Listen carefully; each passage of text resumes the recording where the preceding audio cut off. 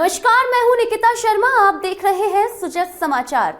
खास बुलेटिन 41 जिले 41 खबर में आपको अपने जिले से जुड़ी तमाम छोटी और बड़ी खबरें देखने को मिलेंगी, जिनका सीधा सरोकार आपसे और आपकी सरकार से है। जिलेवार खबरों की तरफ बढ़े उससे पहले एक नजर डालते हैं आज की बड़ी हेडलाइंस पर। उदयपुर में अमृता हाट मेले का हुआ समापन। 26 लाख से ज्यादा की हुई बिक्री।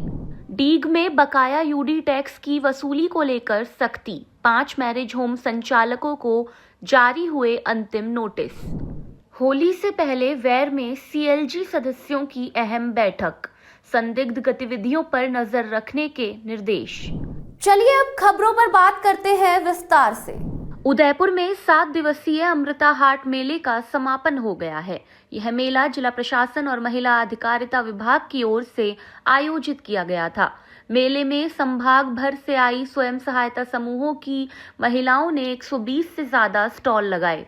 यहां हस्तशिल्प, हथकरघा, कपड़े, आभूषण, सजावटी सामान, जैविक उत्पाद, मसाले और खाने पीने की कई चीजों की बिक्री हुई। शहरवासियों ने बढ़ चढ़कर खरीदारी की और मेले में 26 लाख रुपए से ज्यादा की बिक्री दर्ज की गई। मेले के दौरान रोज सांस्कृतिक कार्यक्रम और महिलाओं के लिए खेल प्रतियोगिताएं भी आयोजित की गई। अधिकारियों ने इसे महिला सशक्तिकरण की मजबूत पहल बताया। संभाग स्तरीय अमृता हाट का जो 7 दिवसीय आयोजन था, जिसका आज हमने समापन किया है। इस आयोजन के दौरान 130 से अधिक स्वयं सहायता समूह द्वारा और उद्यमी महिलाओं और आर्टिजन द्वारा अपने उत्पादों का प्रदर्शन और विपणन कार्य किया है। अब तक की जो कल शाम तक की जो बिक्री का हमारा जो आंकड़ा था, वो लगभग 26 लाख से ऊपर रहा है और आज शाम तक और अंतिम बिक्री के आंकड़े प्राप्त हो जाएंगे। और आप देख ही रहे कि 7 दिन के इस आयोजन में विभिन्न सांस्कृतिक, साहित्यिक और कलात्मक आयोजनों का हमने आयोजन किया गया, चाहे वो दोपहर वार्ता के रूप में हो, सायंकालीन 1 मिनट शो हो। 5 दिन का हमने अमृता प्रीमियम लीग का आयोजन किया गया, जिसमें 10 विभिन्न प्रकार के खेलों का आयोजन किया गया है और साथ ही राष्ट्रीय अंतर्राष्ट्रीय स्तर पर उदयपुर जिले का नाम रोशन करने वाले दक्ष प्रशिक्षकों और खिलाड़ी बालिकाओं का भी हमने प्रतिदिन सम्मान किया है। कल शाम को निर्भया रैली का आयोजन करके हमने बेटी बचाओ बेटी पढ़ाओ और महिला सशक्तिकरण के संदेश देने का प्रयास किया है। उक्त आयोजन संभागीय आयुक्त महोदय के निर्देशन में और जिला प्रशासन और महिला एवं बाल विकास के साझे में हुआ है। साथ ही नगर निगम, उदयपुर विकास प्राधिकरण, शिक्षा विभाग, पुलिस विभाग, होमगार्ड की सेवाएं, चिकित्सा विभाग की सेवाएं, विभिन्न वार्ताकार के जो विभाग थे, जिन्होंने संदर्भ व्यक्ति ने जो हमको मार्गदर्शन प्रदान करा, गैर सरकारी संस्थाएं जिन्होंने हमको लगातार सहयोग किया, मैं उन सबका आभार व्यक्त करता हूं, जिन्होंने इस अच्छे से आयोजन में हमारी पूर्ण तल्लीनता से साथ भागीदारी में सहयोग किया है। साथ ही हमें सक्रिय सहयोग देकर इस आयोजन को सफल बनाया है। बारां जिले के अंता में एनटीपीसी ने सहरिया जनजाति में कुपोषण दूर करने के लिए 1 साल का खास अभियान शुरू किया है। यह अभियान किशनगंज और शाहबाद ब्लॉक में चलाया जाएगा। इसमें करीब 1100 महिलाओं और 1200 बच्चों की पहचान कर उनकी नियमित जांच और पोषण पर निगरानी रखी जाएगी। गर्भवती महिलाओं का स्वास्थ्य परीक्षण और जरूरी सलाह दी जाएगी ताकि मां और बच्चे दोनों स्वस्थ रहें। स्थानीय महिला स्वयं सहायता समूहों के जरिए पोषण सामग्री खरीदी जाएगी और महिलाओं को किचन गार्डनिंग की ट्रेनिंग भी दी जाएगी। इस मौके पर जिला कलेक्टर रोहिताश्व सिंह तोमर और एनटीपीसी महाप्रबंधक अनिल बवेजा मौजूद रहे। भरतपुर कलेक्ट्रेट सभागार में जिला स्तरीय परामर्श एवं समीक्षा समिति की बैठक आयोजित हुई। बैठक की अध्यक्षता एडीएम सिटी राहुल सैनी ने की। उन्होंने बैंकों को निर्देश दिए कि केंद्र और राज्य सरकार की योजनाओं के लंबित मामलों का समय पर निस्तारण करें। साथ ही साइबर ठगी रोकने के लिए हर बैंक में नोडल अधिकारी नियुक्त कर उनके नंबर पुलिस से साझा करने को कहा। बैठक में प्रधानमंत्री विश्वकर्मा मुद्रा स्वनिधि, फसल बीमा और किसान क्रेडिट कार्ड जैसी योजनाओं की प्रगति की समीक्षा की गई। एडीएम ने 60% से कम सीडी रेशियो वाले बैंकों पर नाराजगी जताई और ऋण वितरण बढ़ाने के निर्देश दिए। अतिरिक्त जिला कलेक्टर श्री राहुल सैनी सर की अध्यक्षता में डीएलआरसी एवं डीएलसीसी की समीक्षा बैठक आयोजित की गई। वित्तीय वर्ष 2025-26 के दिसंबर तिमाही की समीक्षा बैठक आयोजित की गई थी, जिसमें सभी बैंकों के उच्च अधिकारी, जिला समन्वयक, सभी विभागों के प्रमुख, RSETI director, FLC LDO, RBI सभी लोग उपस्थित थे। इस मीटिंग में अतिरिक्त जिला कलेक्टर महोदय के द्वारा सभी बैंकों को निर्देश दिया गया कि जिन बैंकों का CD रेशियो 60% से कम है वह त्वरित गति से बढ़ाना सुनिश्चित करें और राज्य का औसत CD रेशियो के समानांतर लाना सुनिश्चित करें।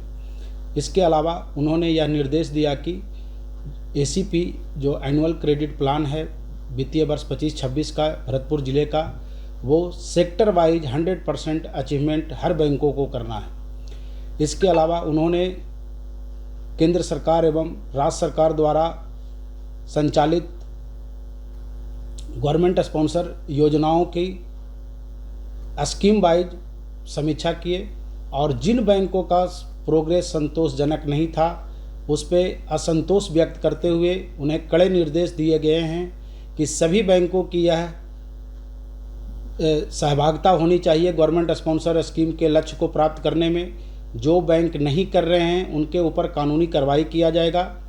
इसके अलावा जो सामाजिक सुरक्षा योजना के अंतर्गत हमारे प्रधानमंत्री जीवन ज्योति बीमा योजना, प्रधानमंत्री सुरक्षा बीमा योजना एवं अटल पेंशन योजना का जो लक्ष्य भरतपुर जिला को दिया गया है उसे भी 100% पूरा करना सुनिश्चित करें।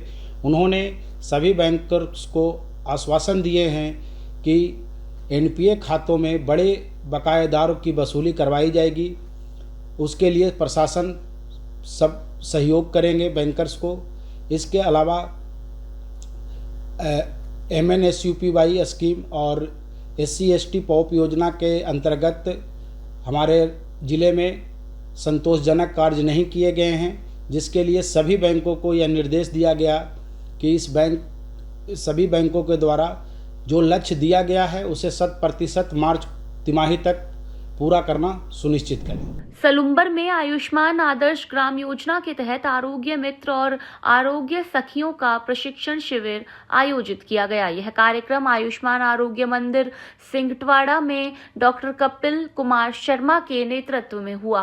प्रशिक्षण में महिलाओं और किशोरियों में एनीमिया की जांच और उपचार, प्रकृति परीक्षण और सामान्य घरेलू इलाज की जानकारी दी गई। साथ ही मधुमेह, उच्च रक्तचाप और कैंसर जैसी बीमारियों के लक्षण, बचाव और इलाज के बारे में समझाया गया। प्रतिभागियों को स्वस्थ जीवन शैली, सही खान पान और दिनचर्या के महत्व के बारे में बताया गया और सभी को नशा मुक्ति की शपथ भी दिलाई गई। रामगढ़ विधायक श्री सुखवंत सिंह ने ओड समाज के OBC जाति प्रमाण पत्र का मुद्दा विधानसभा में उठाया। इस पर सरकार ने साफ कहा कि प्रमाण पत्र जारी करने की प्रक्रिया पूरी तरह नियमों के अनुसार ही होगी। सामाजिक न्याय मंत्री श्री अविनाश गहलोत ने बताया कि गृह मंत्रालय के पुराने निर्देशों के मुताबिक राजस्व रिकॉर्ड को मुख्य आधार माना जाता है ताकि फर्जी प्रमाण पत्र रोके जा सके। साथ ही सरकार ने यह भी स्पष्ट किया कि शैक्षणिक रिकॉर्ड और पंचायत या नगरपालिका के दस्तावेज भी जांच के आधार पर मान्य है। सरकार का कहना है कि पात्र लोग वंचित नहीं रहेंगे, लेकिन प्रक्रिया कानूनी तरीके से ही पूरी की जाएगी। रामगढ़ में बिजली बिल की वसूली के लिए विशेष अभियान चलाया जा रहा है। सहायक अभियंता कार्यालय की टीम बकाया बिल जमा नहीं कराने वाले उपभोक्ताओं के खिलाफ कार्रवाई कर रही है। 1000 रुपए से अधिक बकाया रखने वालों के घर पहुंचकर मौके पर ही बिल वसूला जा रहा है। जो उपभोक्ता भुगतान नहीं कर पा रहे, उनके कनेक्शन नियमानुसार काटे जा रहे हैं। इसी कड़ी में कनिष्ठ अभियंता लक्ष्मी मीणा के नेतृत्व में टीम ने अलवाड़ा क्षेत्र में कार्रवाई की। विभाग ने पहले ही व्हाट्सएप के जरिए सूचना दी थी।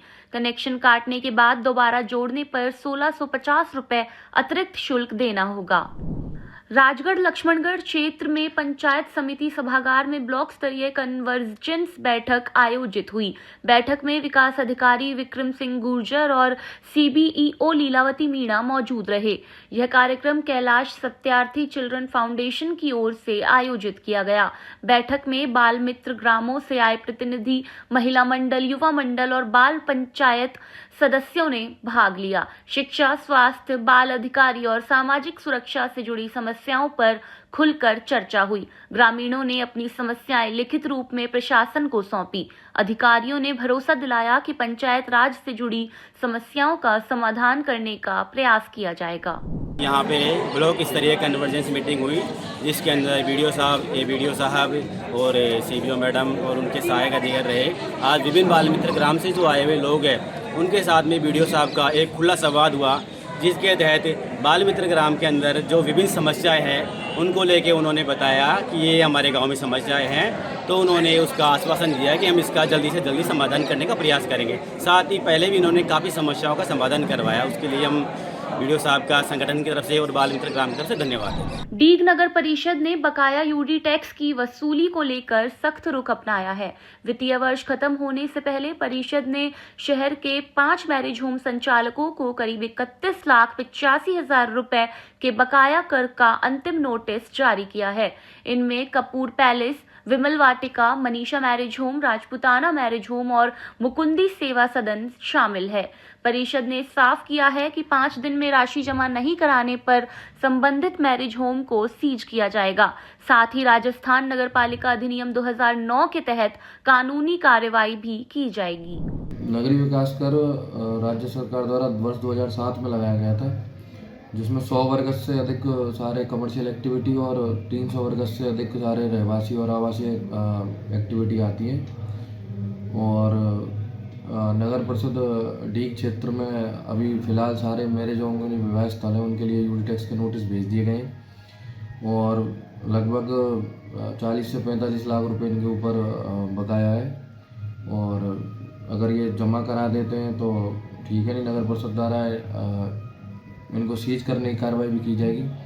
साथ ही विवाह स्थलों के लिए हमने इनके पंजीयन के लिए भी लेटर जारी करें कि आप कोई फायर का जैसे सर्टिफिकेट है, बिल्डिंग स्टेबिलिटी के लिए, ट्रैफिक की एनओसी है आदि लें, जिससे सुरक्षित महसूस करें आमजन भी।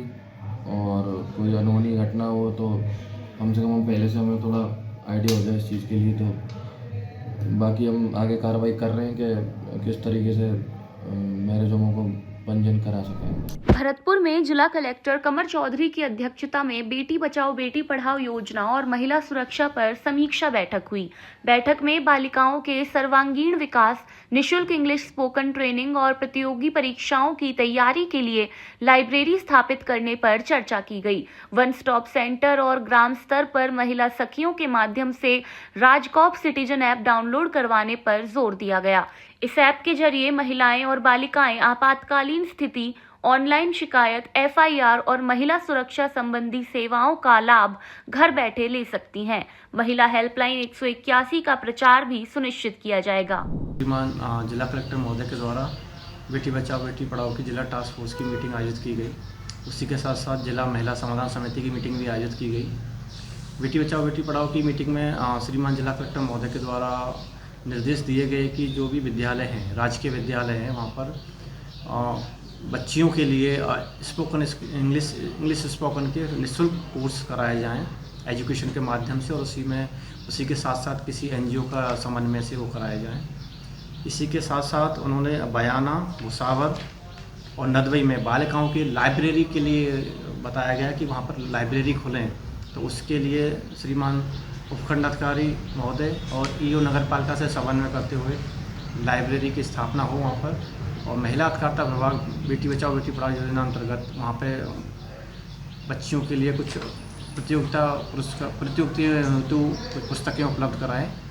इसी के साथ साथ जिला महिला समाधान समिति की मीटिंग में श्री शंकर लाल मीणा जी ने सुझाव दिया था कि राजकॉप सिटीजन ऐप सभी महिलाओं को उनके मोबाइल में डाउनलोड कराया जाए, जिससे कि कोई भी शिकायत है वो उसमें शिकायत अपनी दर्ज करा सकती है। महिलाओं से रिलेटेड जो भी संबंधित शिकायत है उसमें दर्ज करा सकते हैं। वैर में होली पर्व को ध्यान में रखते हुए थाना भुसावर और खेडली मोड़ में CLG सदस्यों की बैठक आयोजित की गई। पुलिस अधिकारियों ने हुड़दंगियों और अपराधियों पर नजर रखने के निर्देश दिए और आमजन से किसी भी संदिग्ध गतिविधि की तुरंत सूचना देने का अनुरोध किया। बैठक में सदस्यों ने गश्त बढ़ाने की मांग की और तेज आवाज वाले DJ, शराब के अवैध कारोबार और तेज रफ्तार वाहनों पर कार्रवाई करने का अनुरोध किया। अधिकारियों ने समाधान का आश्वासन दिया। साथ ही राजकोप ऐप डाउनलोड करने और सोशल मीडिया का सुरक्षित उपयोग करने पर जोर दिया गया। पुलिस ने आमजन को जागरूक और सतर्क रहने की हिदायत दी। आज थाना परिसर भुसावर में CLG की मीटिंग आयोजित की गई थी। आने वाले त्योहारों के संबंध में। उसमें CLG सदस्यों के सुझाव आमंत्रित किए गए। हमने भी अपने कानून व्यवस्था बनाए रखने के संबंध में निर्देश दिए थे। सभी ने शांति से त्यौहार संपन्न कराने की मांग की है और मेरे ख्याल से सभी अच्छे से त्यौहार मनाएंगे, भाईचारे से रहेंगे। बीकानेर ग्रामीण क्षेत्र में आंगनबाड़ी केंद्रों को बेहतर बनाने की अच्छी पहल की गई है। उपखंड अधिकारी महिमा कसाना की पहल पर ग्राम पंचायत दांडूसर के 2 आंगनबाड़ी केंद्रों को नया फर्नीचर दिया गया। राजस्व विभाग और तहसीलदार नीतीश कांत शर्मा के सहयोग से 30 कुर्सियां, 6 गोल टेबल और 4 वर्कर चेयर दी गई। अब बच्चों को जमीन पर नहीं बैठना पड़ेगा और पढ़ाई का माहौल बेहतर होगा। कार्यक्रम में महिला एवं बाल विकास विभाग के अधिकारी भी मौजूद रहे। अधिकारियों ने कहा कि सरकारी केंद्रों में भी निजी स्कूल जैसा माहौल बनाया जाएगा। मुख्यमंत्री मातृत्व पोषण योजना, प्रधानमंत्री मातृ वंदना योजना और पोषण ट्रैकर आदि पर आंगनवाड़ी कार्यकर्ताओं की क्षमता वर्धन के लिए ब्लॉक स्तर पर 1 दिवसीय गैर आवश्यक प्रशिक्षण आयोजित किया जाना था। इसी कड़ी में आज दिनांक 24 फरवरी को परियोजना बीकानेर ग्रामीण की कार्यकर्ताओं का प्रशिक्षण पंचायत प्रशिक्षण केंद्र में रखा गया था, जिसमें कार्यकर्ताओं को विभागीय समस्त योजनाओं की जानकारी प्रदान की गई। प्रधानमंत्री मातृ वंदना योजना, मुख्यमंत्री मातृत्व पोषण योजना, पोषण ट्रैकर की समस्त जानकारी प्रदान की गई। साथ ही में प्रशिक्षण के दौरान उपखंड अधिकारी बीकानेर सुश्री महिमा कसाना IAS भी उपस्थित रहे। उन्होंने भी कार्यकर्ताओं को मोटिवेट किया। उनके प्रयासों से परियोजना ग्रामीण के अंदर 3 नए आंगनवाड़ी केंद्र अभी पंचायत समिति के तहत स्वीकृत किए गए हैं। साथ ही BDA से भी प्रयासरत हैं कि मॉडल आंगनवाड़ी केंद्र बनाए जाएं।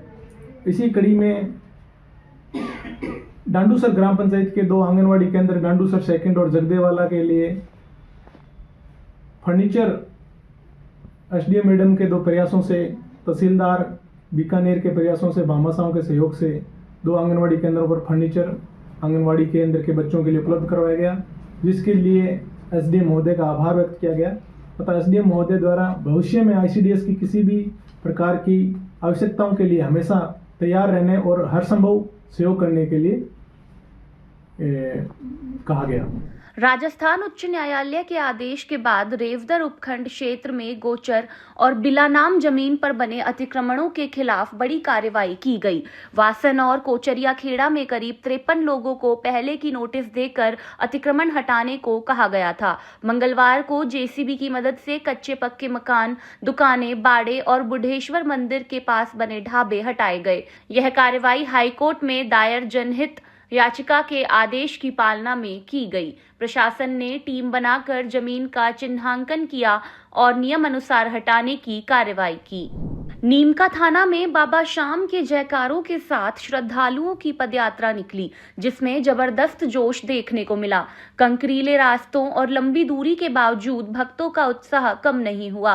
रास्ते में सेवादारों ने पदयात्रियों के पैरों की मालिश की और उन्हें पानी और भोजन उपलब्ध कराया। इसे देखते हुए शहर और आसपास करीब 50 से ज्यादा बड़े पांडाल लगाए गए, जहां भोजन, पानी, विश्राम और चिकित्सा शिविर की व्यवस्था की गई। पूरा क्षेत्र उस समय भक्ति और सेवा के माहौल में डूबा हुआ नजर आया। हम लोग ये श्याम परिवार की तरफ से ये जो भंडारा है, ये बाबा श्याम का आशीर्वाद से लगभग पिछले 10 सालों से हम लोग ये चलाते आ रहे हैं और हजारों की संख्या में यात्री आते हैं।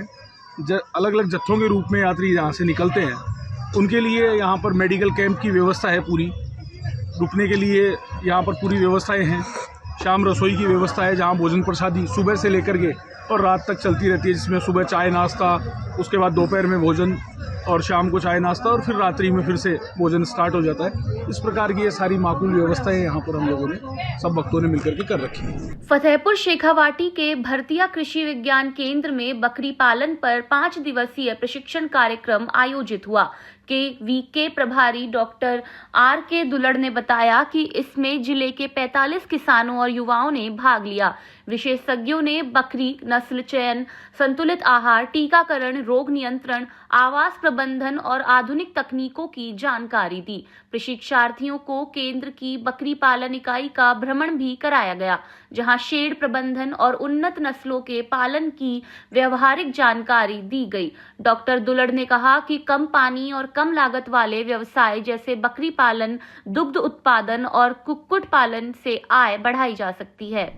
पोखरण में आयुर्वेद विभाग और राष्ट्रीय आयुष मिशन के संयुक्त तत्वावधान में उर्मूल मरुस्थली बुनकर विकास समिति परिसर में निशुल्क आयुर्वेद 4 सूत्र शल्य चिकित्सा शिविर लगाया गया है। यह शिविर आमजन के लिए राहत का केंद्र बना हुआ है। शिविर में अर्श, भगंदर और अन्य गुदा रोगों का 4 सूत्र विधि से उपचार किया जा रहा है। साथ ही अग्निविद्ध कर्म और रक्त मोक्षण जैसी पारंपरिक आयुर्वेदिक पद्धतियों से भी मरीजों को लाभ मिल रहा है। शिविर प्रभारी डॉक्टर चारुलता बेगड़ ने बताया कि जरूरत पड़ने पर मरीजों को भर्ती भी किया जा रहा है। 8 दिनों में करीब 2300 मरीज उपचार ले चुके हैं। शिविर में आयुष चिकित्सकों और स्टाफ की टीम लगातार सेवाएं दे रही हैं। खेतड़ी में होली और रमजान को देखते हुए सीआई मोहनलाल के नेतृत्व में पुलिस ने फ्लैग मार्च निकाला। उन्होंने बताया कि त्योहारों के दौरान शांति और कानून व्यवस्था बनाए रखने के लिए यह कदम उठाया गया है।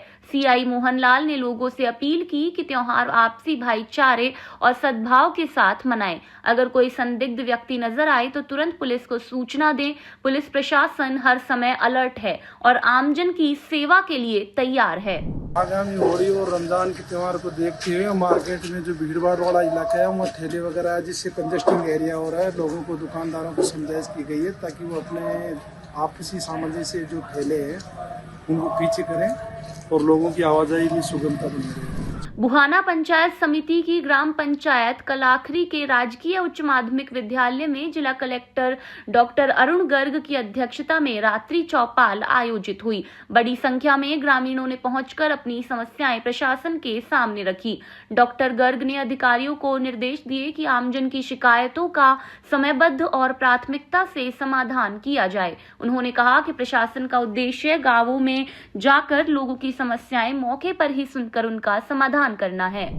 ओसियां क्षेत्र को बजट 2026-27 में बड़ी सौगात मिली है। क्षेत्र में 6 करोड़ 70 लाख रुपए की लागत से नई डामर सड़कों का निर्माण किया जाएगा। उप मुख्यमंत्री एवं वित्त मंत्री दिया कुमारी की घोषणा के अनुसार 5 करोड़ रुपए से ओसियां की ढाणी में नई सड़कें बनेंगी। वहीं 1 करोड़ 70 लाख रुपए की लागत से खाबड़ा कला से भाटियों की ढाणी होते हुए बाना सरहद तक 3.5 किलोमीटर सड़क बनाई जाएगी। ग्रामीणों और कार्यकर्ताओं ने इस सौगात के लिए मुख्यमंत्री श्री भजनलाल शर्मा, उप मुख्यमंत्री दिया कुमारी और विधायक श्री भैराराम सियोल का आभार जताया। खाटू श्यामजी स्थित प्रसिद्ध खाटू धाम में केंद्रीय राज्य जल शक्ति मंत्री डॉक्टर राजभूषण चौधरी फाल्गुनी लक्खी मेले के अवसर पर पहुंचे। उन्होंने खाटू श्याम मंदिर में विधिवत पूजा अर्चना कर देश में सुख, समृद्धि और खुशहाली की कामना की। दर्शन के बाद मंत्री ने मेले की व्यवस्थाओं की जानकारी ली और श्रद्धालुओं की आस्था को नमन किया। इस दौरान श्री श्याम मंदिर कमेटी के पदाधिकारियों ने उनका पारंपरिक स्वागत किया। नायब तहसीलदार सोमेंद्र सिंह और राजस्व अधिकारी रोहिताश सैपट ने भी उनकी आगवानी की। 41 जिले 41 खबर बुलेटिन में आज के लिए इतना ही। फिर मिलेंगे नई खबरों के साथ। तब तक के लिए देखते रहिए सुजस समाचार। हमारे चैनल को लाइक, सब्सक्राइब और शेयर करना ना भूलें। धन्यवाद।